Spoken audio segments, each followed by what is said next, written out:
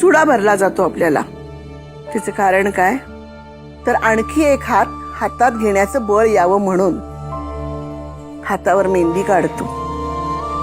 मेहंदीचा रंग जसा चढत जातो ना, तशाच मनात आशा सुद्धा निर्माण होतात की या मेहंदीच्या रंगाप्रमाणेच आपल्या संसाराचे रंग सुद्धा असेच चढत जातील का? मग हळद लावली जाते. का? तर तुमच्यातला अल्लडपणा जाऊन बाईपणाचं सौंदर्य खुलावं म्हणून.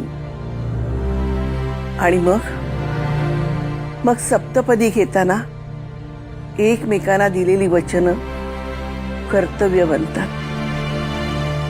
आपल्या प्रत्येक सुखदुःखात, चढ उताराच्या मार्गात, चांगल्या वाईट प्रसंगात आपल्या जोडीदाराची साथ आपल्याला मिळेल ना,